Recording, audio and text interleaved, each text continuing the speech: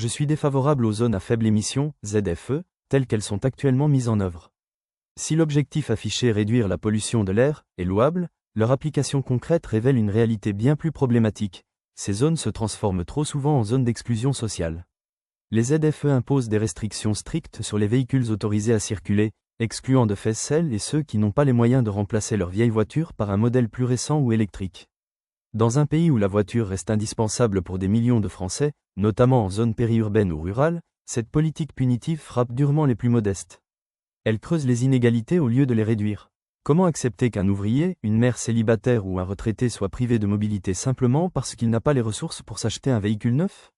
Je crois en une approche différente, il faut encourager et non contraindre. L'État doit accompagner les Français vers des solutions moins polluantes, pas leur imposer des mesures brutales. Subventions ciblées, aide à l'achat de véhicules hybrides ou électriques, développement des transports en commun là où il manque cruellement. Voilà des leviers à actionner. Mais soyons réalistes. Tout le monde n'a pas les moyens de changer de voiture du jour au lendemain. Punir ceux qui n'ont pas le choix n'est pas une solution, c'est une injustice.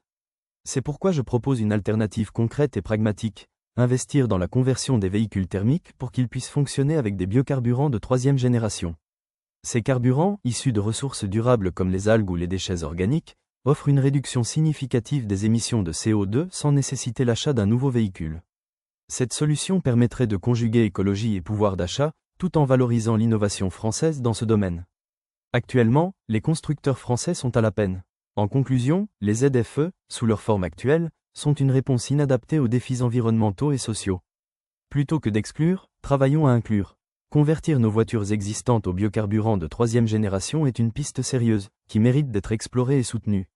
C'est ainsi que nous construirons une transition écologique juste au service de tous les Français, et non d'une minorité privilégiée.